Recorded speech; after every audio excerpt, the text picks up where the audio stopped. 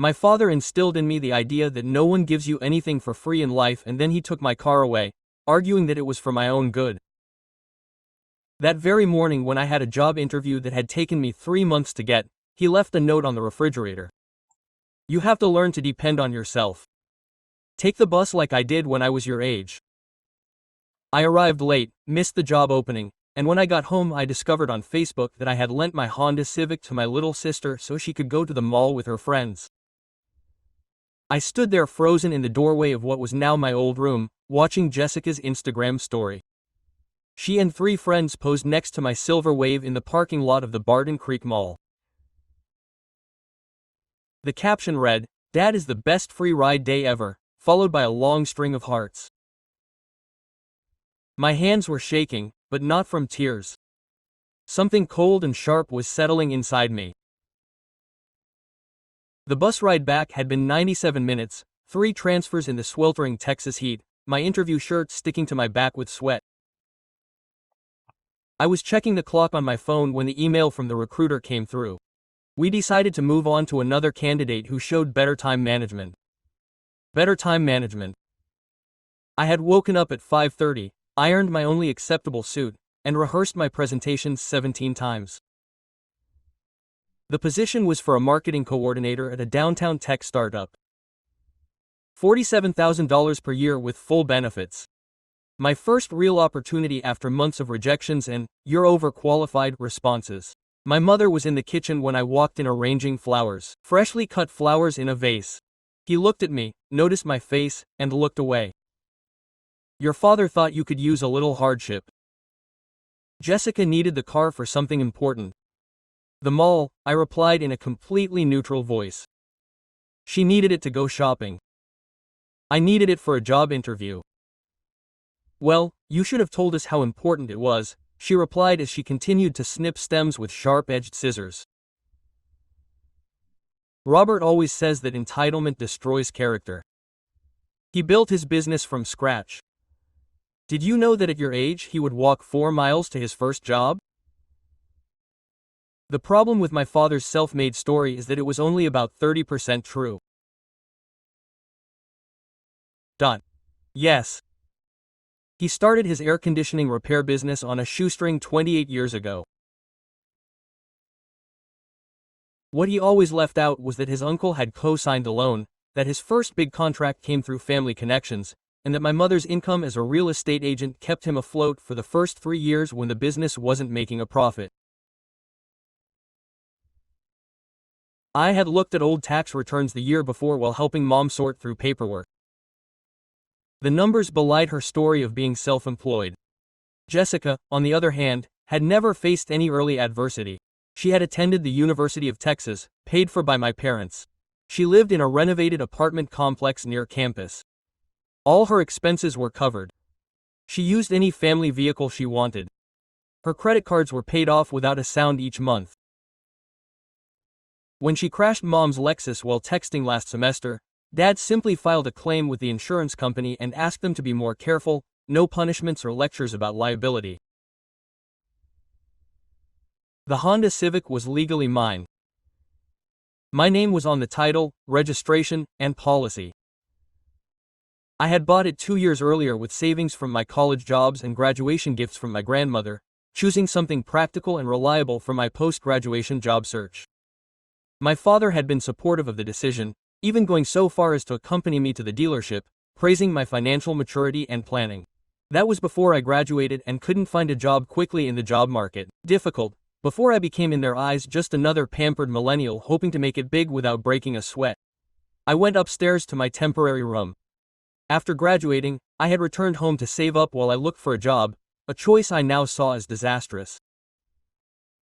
My new apartment on South Congress was due to start the following week. A studio in a building with peeling paint, but with rent I could afford with my coffee shop paycheck and rapidly disappearing savings. I was counting on getting a job before the lease was up and my financial cushion evaporated completely. My phone buzzed. Text from Jessica. "God, I found the most incredible dress at that overpriced store. Dad's life lessons are awesome." Below, a photo of her carrying bags with my car visible in the background. I sat up in bed, opened my laptop, and started logging everything. Screenshots of Jessica's posts dated today. Copy of the interview confirmation email sent 3 weeks ago and added to the shared family calendar. Photo of Dad's note on the fridge that I had some hunch before I left. Then I opened the banking app and saved images of the title and registration to a new folder called Evidence. Dad arrived at 6:15 sharp, as usual. I could hear him in the kitchen, the sound of ice in his whiskey glass, his animated chatter with Mom about a successful installation. Jessica came in at 6:47, bursting in with shopping bags and thanking him profusely for the car loan. I went downstairs at 7 when dinner was served. Roast beef, Dad's favorite dish, the dining room filled with that warm, homey smell. Jessica showed her purchases to Mom, who made the expected murmurs of approval. Dad checked his phone at the head of the bed without looking up. I took my usual seat on the far side. Jessica was showing Mom a blue dress with the tag still hanging off. $240. I saw it as she passed the bag by me. "It's perfect for your internship interview," Mom said, patting the fabric.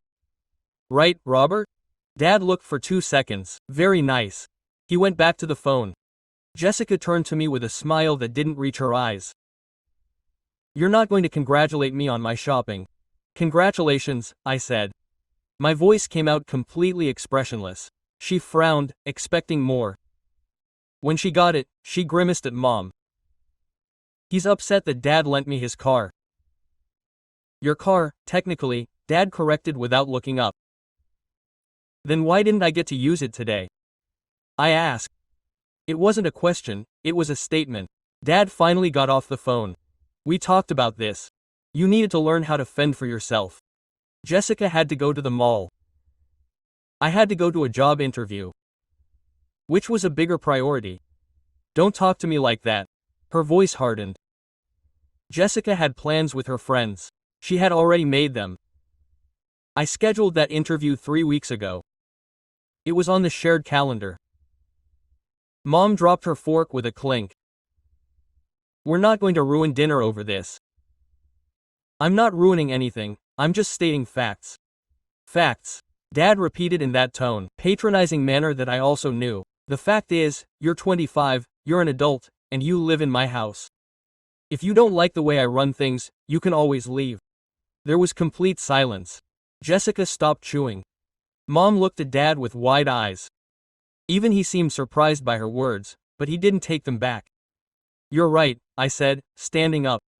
"Can I leave?" "Sit down," he ordered. "Don't be dramatic." "I'm not dramatic. I'm just following your advice." I went upstairs, ignoring Mom's calls. In my room, I took out my 2 large suitcases. First, the clothes, just the essentials. Suits, interview shirts, casual office clothes. I left the rest: laptop, chargers, key documents. The car title was in a blue folder along with the registration and policies. Everything went in the backpack. Mom came in without knocking. "What are you doing?" "I'm packing." "You can't just leave like that." "Where are you going?" "To my new apartment. The lease starts next week, but I'll call to move up the move." "This is absurd," she said, crossing her arms. "Your father didn't mean it, he's just overwhelmed with work." She meant it, and she was right. I'm an adult. I shouldn't be here anymore. And the money, how are you going to pay the rent without a job? I have savings and my salary from the coffee shop. It's not much, but it covers the basics while I find something better. Mom sat on the bed watching her fold a shirt. "Everything. This is because your father lent Jessica his car. This is all because Dad appropriated my car, which I legally own. Okay. He prevented me from going to an interview that took me 3 months to get and let Jessica go shopping, and then assured me it was for my own good. He just wants you to be more resilient, more self-reliant. That's why he should be glad I'm leaving." I closed the first suitcase and started filling the second with shoes, toiletries, a few items from my desk. "Jessica needs you," my mother murmured softly. "You're her role model." I froze. I stared at her. If I'm her role model, why does she never have to figure anything out on her own? Why do you cover all her expenses? Why is it that when she crashes the Lexus, all you warn her is to be careful? But when I miss an interview because of you, does that become a lesson in strength? My mother opened her mouth and closed it. She didn't respond. That's exactly what I said as I closed the second suitcase. I carried the suitcases downstairs. My father was still in the living room with his glass of whiskey. Jessica was sitting on the couch checking her phone. Neither of us looked up. I dropped the suitcases near the entrance. I went upstairs one more time to get a box of books and a few personal items that didn't fit in the suitcases. When I went downstairs again, my father was standing. Where do you think you're going? To my apartment. I've already paid the security deposit and the first month's rent. I'll call the landlord to see if I can move in tonight instead of waiting until next week. How are you going to move? You don't have a car. I'll call an Uber. The bags fit. Don't be ridiculous. You can take the car. I didn't answer. It's my car. I don't need your permission to take it. I'm just letting you know that I'm leaving. I took the keys to the car out of my pocket. I'd kept them with me the whole time. My father looked at me as if he didn't know me. You're going to address your father like that? I'm talking to you like an adult to another adult. Something that you yourself said you wanted. Jessica finally looked up from her phone. You're being dramatic. Dad only lent you the car for a day. Jessica, I replied, turning to her. In the last 2 years you've used the family car, Mom's and mine, on several occasions. When you crashed Mom's Lexus, Dad covered the insurance deductible.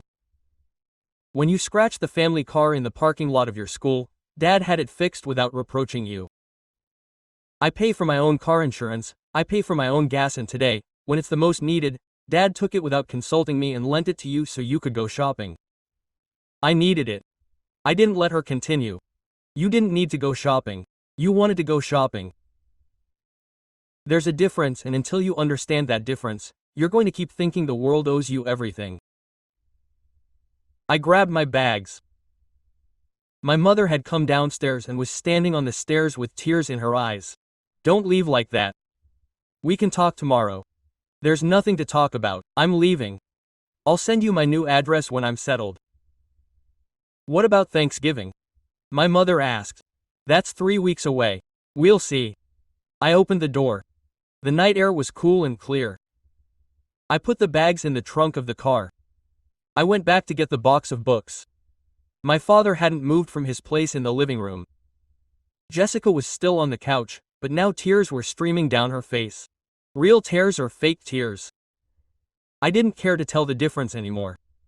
You're going to do this, regret, my father said. The real world is harder than you can imagine. It probably is, but at least I'm going to face it on my own terms. I closed the door behind me. I put the box in the backseat of the car. I got in the driver's seat. I took a deep breath. My hands shook as I turned the key. Not from fear, but from relief. I drove to my new apartment. On the way, I called the landlord, who answered after 4 rings. Mr. Morrison, I'm the tenant in apartment 3B. I know the lease starts next week, but a family issue came up. Is there any chance I can move in tonight? I've paid for everything. I just need the keys. There was silence. All is well, my dear. Yes, sir. I just need to get settled in earlier than planned. Let me check the apartment. Are you ready? The cleaning was done yesterday. Can I meet you there in 30 minutes to give you the keys? Thank you very much, Mr. Morrison. I really appreciate it. No problem. We've all been there. Family situations. I arrived at the apartment complex 20 minutes later. It was a 3-story building with faded beige paint, but the neighborhood was quiet and the rent was affordable. Mr. Morrison showed up 10 minutes later in an old van. Apartment 3B, he said as he handed me 2 sets of keys. The laundry room is on the ground floor. Trash pickup is Tuesdays and Fridays. If there are any issues with the plumbing or electricity, my number is on the lease. Thank you. Do you need help with your bags? No, don't worry, I can do it myself. I walked up the stairs to the 3rd floor. The hallway smelled of citrus cleaner. I opened the door to 3B. The apartment was small. 1 bedroom, open kitchen, full bathroom. The walls were white, the floor was vinyl that looked like wood, but it was mine. I carried the suitcases inside, went back to the car for the box of books. When I closed the apartment door for the last time that night, I sat on the bare floor and pulled out my phone. I had 17 unread messages, 15 from my mom, 2 from Jessica, none from my dad. I didn't answer any of them. Instead, I opened the bank app and checked my balance. I had $4,200 in savings. My rent was $650 per month. My job at the coffee shop was bringing in about $400 a month, net. I could last 4 months if I didn't find something better, maybe 5 if I kept a close eye on my spending. It wasn't much of a buffer, but it was enough. I turned on my laptop and checked my email. There were 3 new responses to applications I'd submitted the week before. 2 were auto rejects. The third came from a company called Maverick Solutions.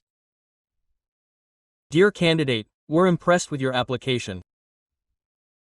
We'd like to schedule an initial phone interview to discuss the operations coordinator position. You're available tomorrow at 2 p.m. I glanced at my watch. It was 9:47 p.m. I responded instantly.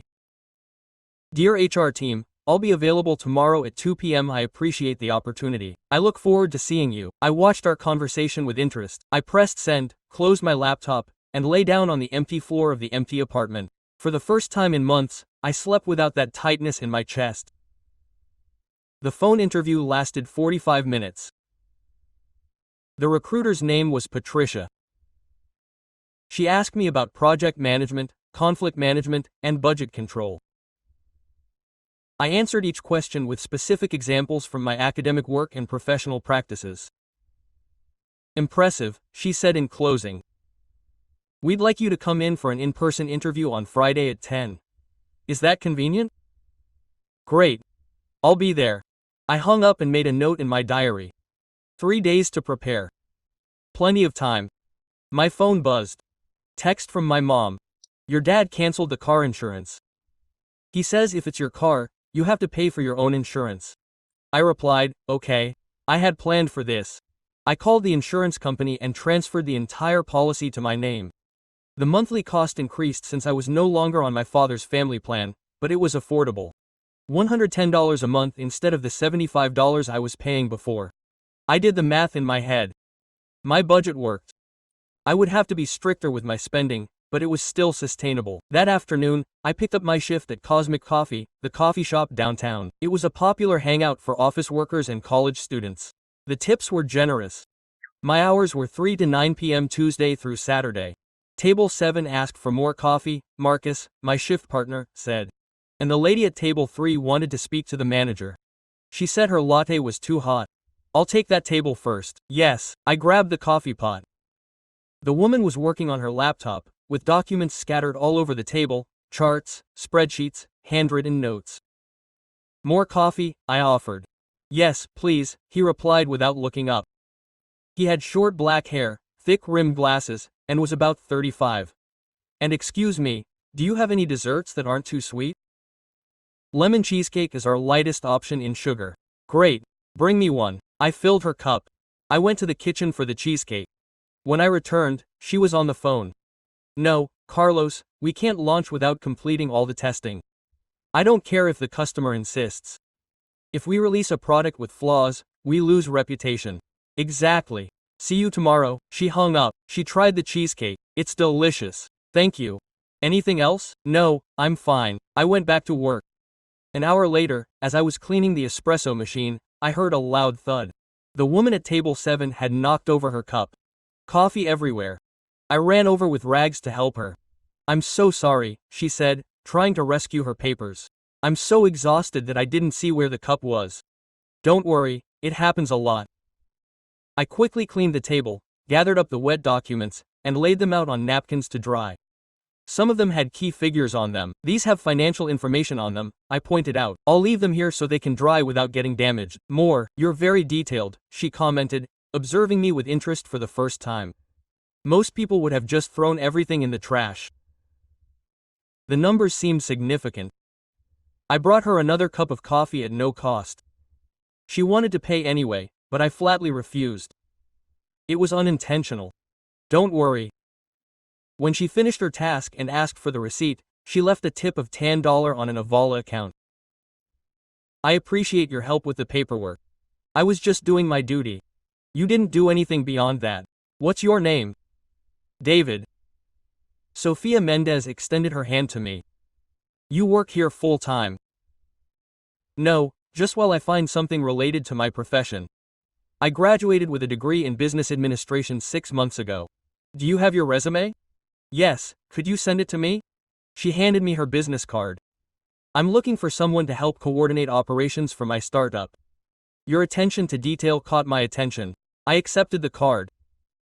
On it was Sofia Mendez, CEO of Vertex Innovations. I'll send you my resume tonight. Do it. I'll get back to you. As Marcus left, he looked at me in astonishment. That's Sofia Mendez. Her company is expanding rapidly. It was in the local paper the previous month. Really? Yes, she got $2 million in investment. That night, after my shift ended, I returned to my apartment. I examined the business card. I researched the company online. Marcus wasn't wrong. Vertex Innovations was a software startup that created management tools for small businesses. It had 18 employees and was recruiting. I turned on my laptop, updated my resume, and tailored it specifically for the operations coordinator position. I drafted a brief, yet formal email expressing my excitement about the job opening. I sent it at 11:34 p.m. My cell phone rang. It was my mother. Hi. Jessica was in a car accident. I got up right away. She's fine. Yes, she's unharmed, but she totaled the family car. She said she had a party to attend and Dad allowed her to use the vehicle. When did it happen? About 2 hours ago. Your father is furious. The insurance has a $1,000 deductible. I'm sorry. We need you to put your car back on our policy. If you hadn't taken it out, Jessica would have taken yours instead of the family's. I closed my eyes and took a deep breath. Mom, Jessica crashed because she's a reckless driver. It's not my place to provide her with a vehicle so she can continue to act irresponsibly. You're her big brother. You need to support the family.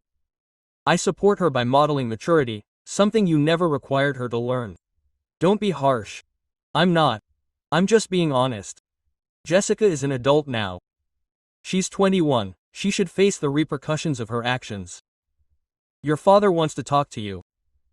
I don't want to talk to him right now. He says if you don't come back and fix this, you won't be welcome at Thanksgiving dinner. Okay, I won't be coming to Thanksgiving. There was silence. Are you serious? Yes, absolutely, seriously. Tell Dad that I hope Jessica learns from this experience and that I'm forging my own path now. You're selfish. He hung up without letting me answer. I silenced the phone. I lay back on the air mattress I had purchased that afternoon. I still had no furniture, just the basics. My email notified me of an arrival. It was 11:52 at night. A message from Sofia Mendez. David, I received your resume. It's remarkable. Can you interview on Thursday at 3 p.m.? Our headquarters are at 1840 Congress Avenue. I responded immediately. I'll be there. Thank you for considering me. 2 interviews in 1 week, Friday with Maverick Solutions and Thursday with Vertex Innovations. Things were starting to move forward. The next day, my dad called me. I didn't answer. He left a voicemail. This is ridiculous. Jessica needs a car for her classes. You'll have to help with this. Call me. I didn't. Instead, I prepared my interview answers, researched both companies. I practiced in front of the mirror. I adjusted my budget to cover the extra fuel the commute would use. Jessica texted me.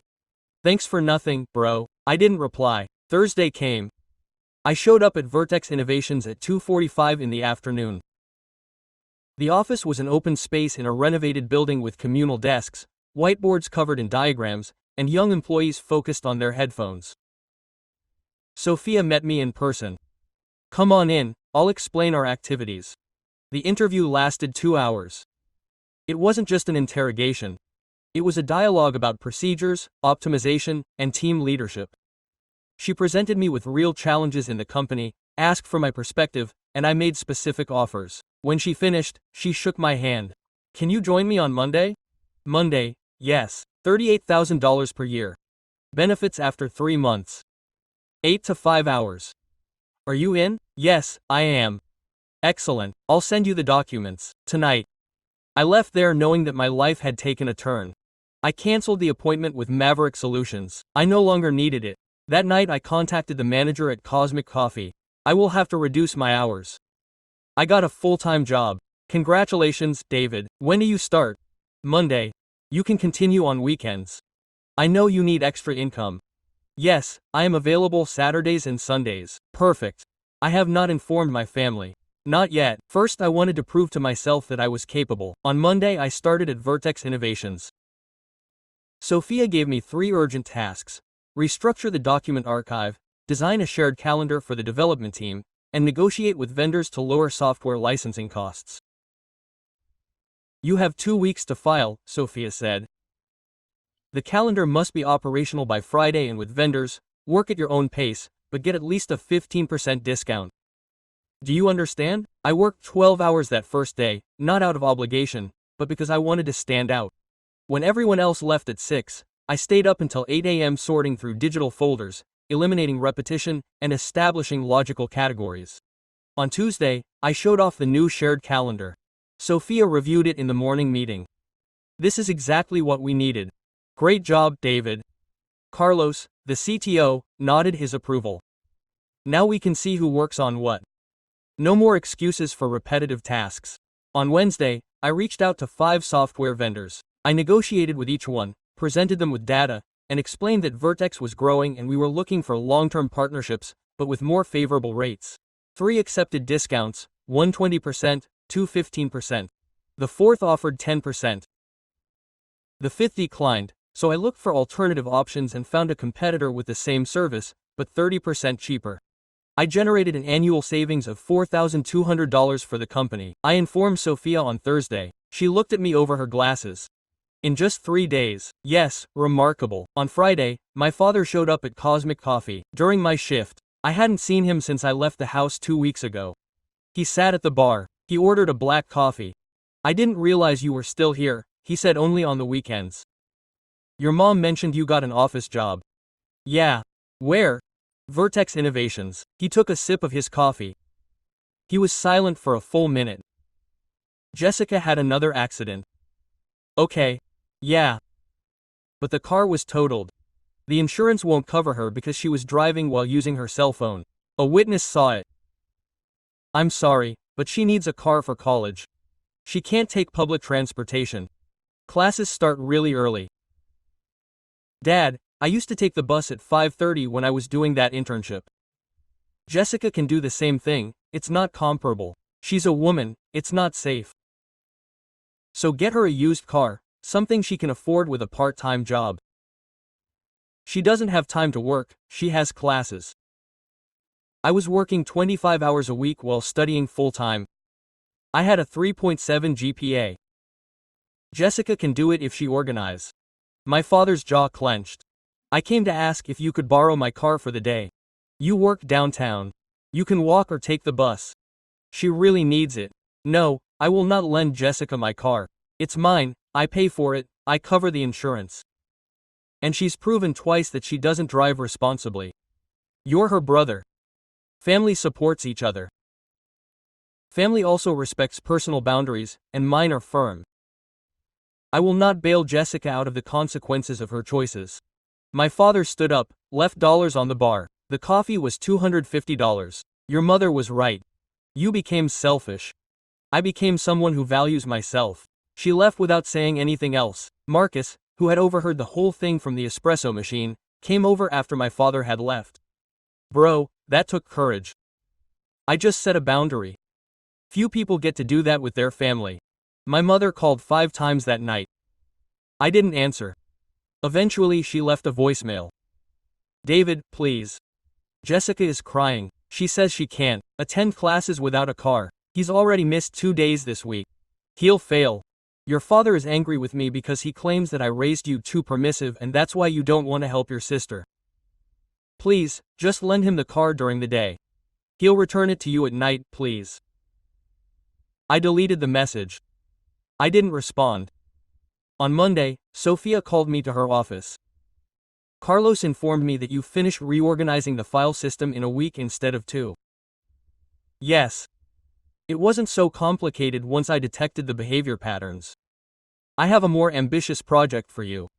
In 3 months we will launch a new version of our program. I want you to organize everything. Development, testing, marketing and sales. Can you take charge? Of course. It's a big responsibility. I'm prepared. Perfect, because if it goes well, a promotion awaits you. Gerard, I left that meeting full of fresh energy. I immediately began to develop the launch plan. That same afternoon Jessica sent me a message. I failed the biology exam because I didn't arrive on time. I hope you're happy, I replied. You can take the bus. It leaves at 6:15 from the stop near my house. It arrives on campus at 7:10. Your classes start at 7:30. There's plenty of time. I'd have to get up at 5:30. I used to get up at 5. You'll put up with it. I hate you. I didn't reply again. 2 days later, my mother showed up at the coffee shop, sat at a table in the back, and waited for my shift to end at 4 p.m. We need to talk, she said when I approached. I'm listening. Your father and I decided to buy Jessica a car. A used one, but a reliable one. We need you to co-sign the loan. Your credit is better than ours. No, Mom, I'm not going to risk my credit on a vehicle for Jessica, especially after she's proven herself to be a bad driver. It's only $10,000. We can afford it without a problem. So, use your own credit. I already explained that ours isn't enough. We need your help, Mom. If your credit isn't good enough for a $10,000 loan, that's a matter for you to resolve. I won't jeopardize my financial stability over this. You're being cruel. I'm being realistic. She stood up. I saw tears in her eyes. For a moment I felt that familiar guilt, that voice inside me telling me to give in, that they were my family, that I had to help them. But then I remembered the missed interview, the 97-minute bus ride, the rejection email, the note on the fridge fending for himself while Jessica took it all in. I'm sorry, I said. But my answer is no. My mother left without saying goodbye. That night I temporarily blocked my parents' numbers. No, Jessica's, because I wanted to see if she would finally try to figure things out on her own. A week later, Jessica sent me a picture. It was her at the bus stop. 6:10, the message said. Happy now, I replied, proud of you. You're doing it. She didn't reply, but 2 days later she sent me another image. She was studying in the university library. I got an A on my makeup exam. Great, I knew you could do it. Things were changing slowly, but they were changing. And I was creating something that no one could take away from me. 6 months later, the launch of the new software was a huge success. We gained 230 new customers in the first month. The company's revenue increased by 42%. Sophia kept her word. She promoted me to operations manager. $45,000 per year, full health insurance, 2 weeks of paid vacation, and a quarterly bonus for performance. You've earned it, Sophia said as she signed the new contract. Your efforts made this pitch work. I quit my job at Cosmic Coffee. I didn't need the extra income anymore. With my new salary, I could save $500 a month, after covering all expenses. I bought furniture for the apartment. Nothing fancy. A used couch in good condition. A real bed with a new mattress. A dining room table with 4 chairs. A desk for my laptop. My life was starting to take shape. Jessica kept sending me messages every now and then, pictures of her grades, A in organic chemistry, B in statistics. Things were getting better. She never mentioned the bus, but I knew she was still taking it. I confirmed it when I saw her Instagram posts at 7 a.m. from campus. My parents hadn't contacted me in 3 months. I hadn't contacted them either, until one Thursday when I got home from work at 6:15 p.m. My parents were sitting in the hallway outside my door. My mom's eyes were red. My dad was staring at the floor. How did they find what's your address? I asked. Jessica gave it to her, my mother replied. What are you doing here? We need to talk to you, my father said in an exhausted voice. Can we come in? I opened the door. They entered and looked around the apartment. I saw surprise on their faces, especially my father's. Do you have furniture? My mother asked. Yes, it's quite tidy, thank you. They sat on the couch. I took the dining room chair. I waited. My father spoke first. Jessica has been sued for the accident. The other party is seeking $2,000 for medical damages. What does the insurance company say? Coverage denied because Jessica was using her cell phone. There are photos, witnesses. The case is clear. We need a competent lawyer. It will cost us at least $15,000 in fees alone. I understood the reason for the visit. They came to ask me for money. We've come to ask you for a loan, my mother clarified. We'll pay you back with interest if you want. How much do you need? $15,000 for the lawyer and $5,000 to start negotiations. Agreement with the other party. I leaned back in my chair, looking at them. They looked older. My mother had more gray hair. My father had deep circles under his eyes. David, please, my mother begged through tears. She's your sister. They're suing her. They'll ruin her credit. She won't be able to find a job after graduation. Jessica made a choice. Driving while on the phone. She caused an accident. There are consequences she has to face. She's too young to have her life destroyed like that. My father intervened. She's 21. I was 25. When you guys told me I had to learn to fend for myself, you took away my car the day of my most important interview. You made me take the bus, saying adversity builds character. That was different, my father replied. Different in that he didn't respond. Let me show you something, I said. I went to my room, got a folder off my desk, and went back into the living room. I left it on the coffee table. This is my first check from Vertex Innovations. $340 a week after taxes. $1,360 a month. I took out another one. This is the current one. $865 weekly. $3,460 monthly. More paperwork. Bank statement with $3,500 in savings. Title to my car, paid off in full and insured. Rent receipts always up to date. Credit report, $785. My father looked at the documents in silence. I built all this in 6 months, with no help from you, no money, no support. I did it riding the bus, working 2 jobs, living in an empty apartment with an air mattress. I did it while being called selfish for not saving Jessica from her own mistakes. We didn't come here to have your success thrown in our face, my father said harshly. I'm not throwing it in their face, I'm proving them right. Adversity does build character. Standing on your own 2 feet teaches responsibility. Everything they told me I needed to learn, I learned, and it paid off.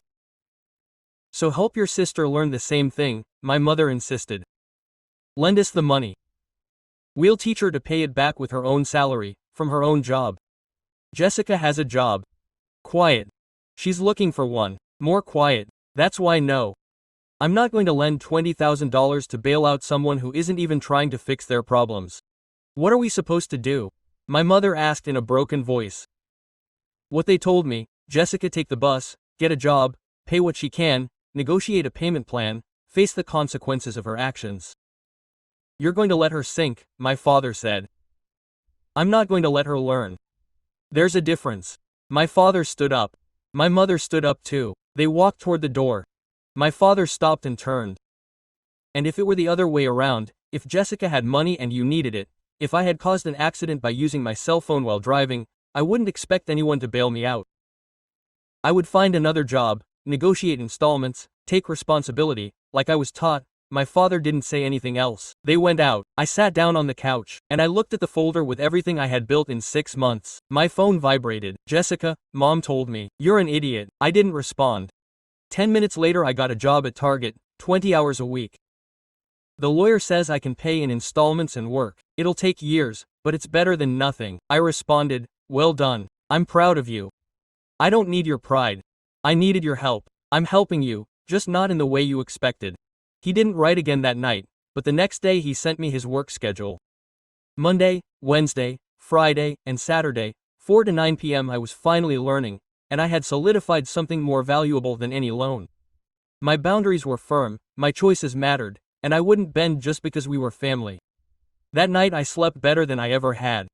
3 months later, my dad showed up at my office at Vertex Innovations, not at the apartment. The receptionist called me. David, there's a Mr. Robert who claims to be your father. I'll let him in. Yes. He was going out, receive. He was wearing his usual work clothes, blue cargo pants, a shirt with the company emblem embroidered on it, and his hands were covered in oil stains. Would you like some coffee? He asked. I looked at my watch. 11:45 in the morning. I had a meeting at 1. We could go to the cafe on the corner. We walked without talking, ordered our coffees. We settled at a table near the window. Nice office, my father commented. Thank you. How long? You've been working there for 9 months. I got promoted 3 months ago. He nodded, took a sip from his cup. He was silent for a full minute. Finally he spoke. Jessica had just paid the lawyer her first installment, $250. That's a good start. It'll take her 2 years to pay off the entire debt, maybe 3. It's manageable. If she keeps her job, she's keeping it. She even asked for more hours. She's now working 25 hours a week. Her grades have slipped slightly, but she's passing all her classes. I'm happy for her. My father glanced toward the window. Several seconds passed. Quote, I found something last week, he said. I was cleaning out the garage. I found your old middle and high school report cards. I didn't respond to anything. 3.0 GPA. 3 school clubs, captain of the debate team, 200 volunteer hours. All while working 15 hours a week at that auto parts store. You needed the money for college. Jessica maintains a 3.2 GPA. She's not involved in any extracurricular activities. Up until 3 months ago, she'd never had a job, and we paid for all her expenses. Everyone is different, I thought.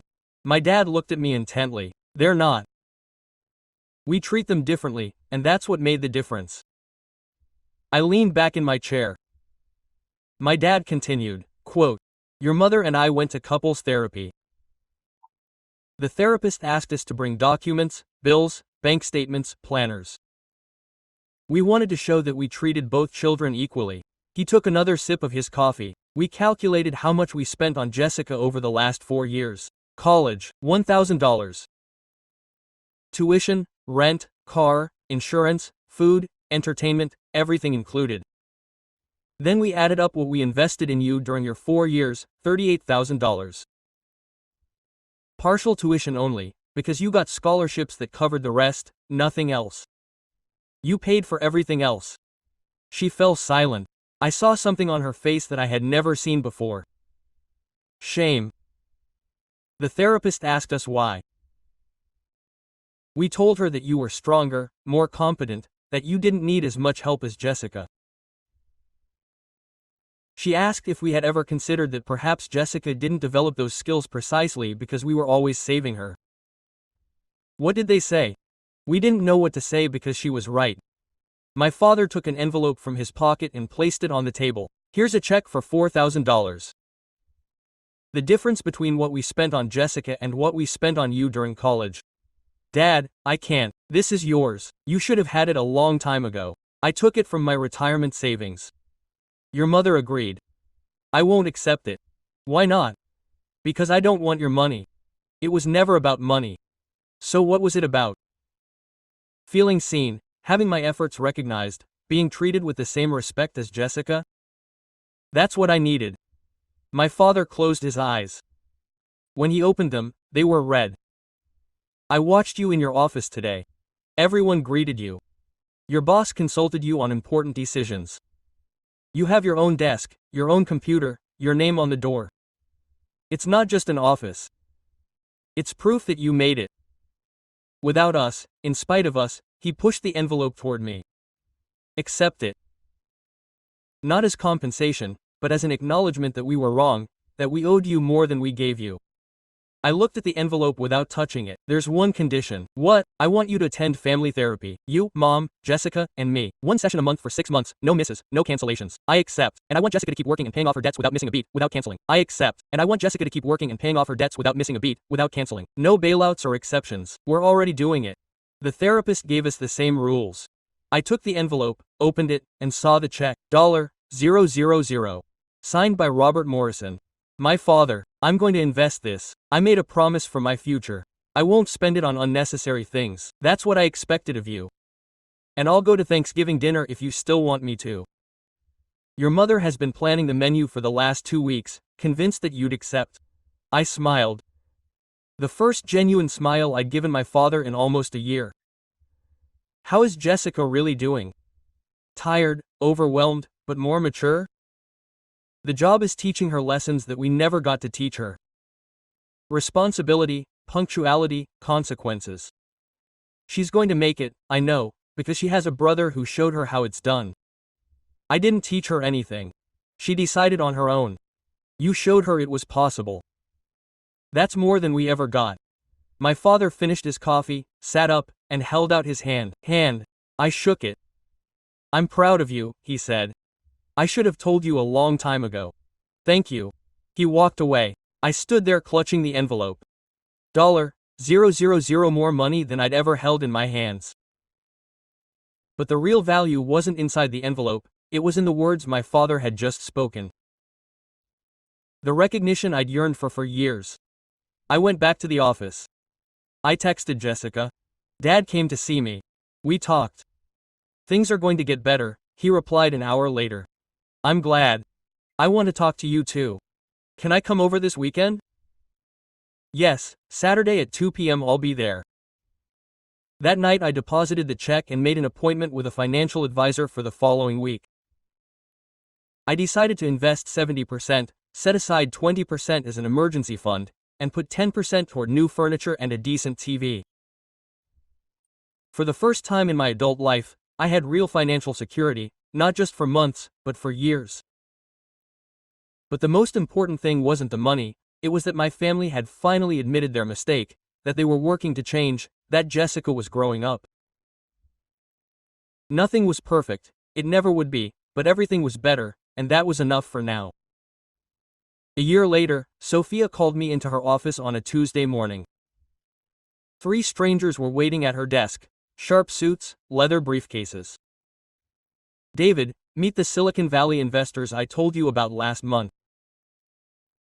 They want to expand Vertex nationwide and have specifically requested that you lead their growth operations.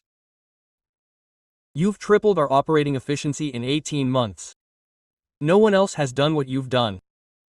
The lead investor, a man in his 50s named Richard Chen, stood up and shook my hand. I've read your quarterly reports, impressive. We're offering you the position of COO, $68,000 per year, stock in the company, and a relocation to San Francisco. If you accept our headquarters, you'll oversee operations in 6 states. I looked at Sophia. She nodded. It's an opportunity. Huge, David. You've earned it. Can I think about it? You have a week, Richard replied. I left that meeting with my mind scrambled. 68,000 shares. National operating management. It was beyond any dream I had when I was taking that 97-minute bus ride 18 months ago.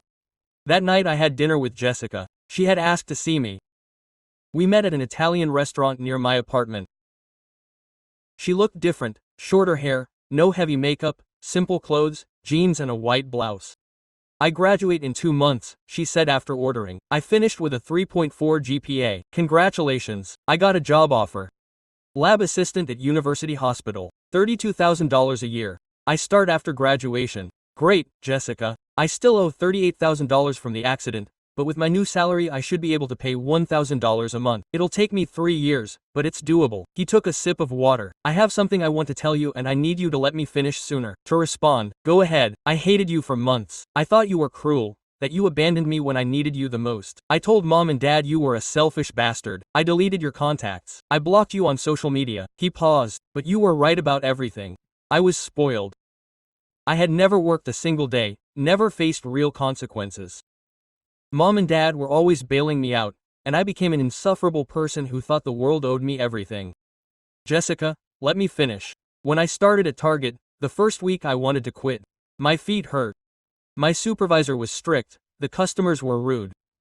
I hated every minute of it, but then I got my first paycheck, $322 for 2 weeks. And something changed. It was my money. I had earned it. No one gave it to me. His eyes watered. I began to understand what you had done all those years. Working, studying, paying your bills. And all I had done was take it without valuing it, without understanding the sacrifice. It's over. I need you to know that I'm sorry for everything, for taking your car, for not appreciating you, for calling you selfish when you were just setting boundaries. I'm sorry. The waitress brought our plates. We ate in silence for several minutes. I've been offered a position in San Francisco, I said finally. COO, $68,000 a year. Are you going to accept? I don't know, it's a great opportunity, but it means moving far away. Should I? What do you think? Yes. You built this all on your own. You deserve to keep moving forward. Don't let family hold you back. We've held you back for long enough. I smiled. When did you become such an adult? When my brother forced me to grow up. We finished dinner. I paid the check. We walked to the cars. Jessica was driving a 2008 Honda Civic that she had bought herself with a bank loan. The title was in her name. I'm proud of you, I said. I'm proud of you too. I always have been. I just didn't know how to show it. We hugged. A real hug, not fake or forced. Will you come to my graduation? Yes. And Mom and Dad too. I confirmed with them. Thank you. He left. I returned home. I reflected on the offer, on San Francisco, on everything I had built and everything I could still build. The next day I called Richard Chen. I accept, but I need 2 months to transition. I want to attend my sister's graduation. Okay, we'll send you the contract this week. Family therapy continued. A monthly session. The first few were tense, full of silences and friction, but by the 6th we were all talking openly, without yelling or manipulation, just honest dialogue. My father confessed that he projected onto Jessica his relationship with her younger sister, whom he overprotected because he couldn't save her from her mistakes. My mother admitted that she followed my father's lead to avoid marital conflict. Jessica admitted that she knew she was being treated differently, that she liked it at first, but then it made her feel inadequate. And I confessed that I had accumulated resentment for years instead of setting boundaries early, that I waited to explode instead of speaking up when it all started. It wasn't perfect, it never would be. But it was honest, and that cut through the false harmony we'd held for so long. Jessica's graduation day arrived. We sat together, Mom, Dad, and me. When her name was called and she walked across the stage, we all applauded. Then we posed for family photos. In one of them, Jessica hugged me and murmured, "Thank you for not rescuing me." Quote, 2 weeks later I moved to San Francisco. My family helped move. My dad rented a truck. Jessica asked for the day off to pitch in. We drove to California together. 18 hours, 3 stops, talking about everything and nothing. Past, present, future. When we got to my new apartment, we all unloaded. My mom tidied the kitchen, my dad assembled the furniture. Jessica put my books away. That night we ate pizza sitting on the empty floor. My dad raised his beer to David for teaching us that sometimes the best help is allowing someone to find their own path. We toasted. For the first time in years my family felt like themselves, not perfect, not scarred, but real. The next day they returned to Texas. I was alone in my new apartment, in my new city, with my new job. I looked out the window at the lights of San Francisco. I remembered that day, 18 months ago, when I had lost the interview, when I had taken the 97-minute bus ride, when I had decided that enough was enough, an empire had been lost. Of wealth or power, but of self-esteem, of healthy boundaries, of self-worth. No one could take that away from me because I had built it in silence, with effort and dignity, and that was the only thing that really mattered. Yes,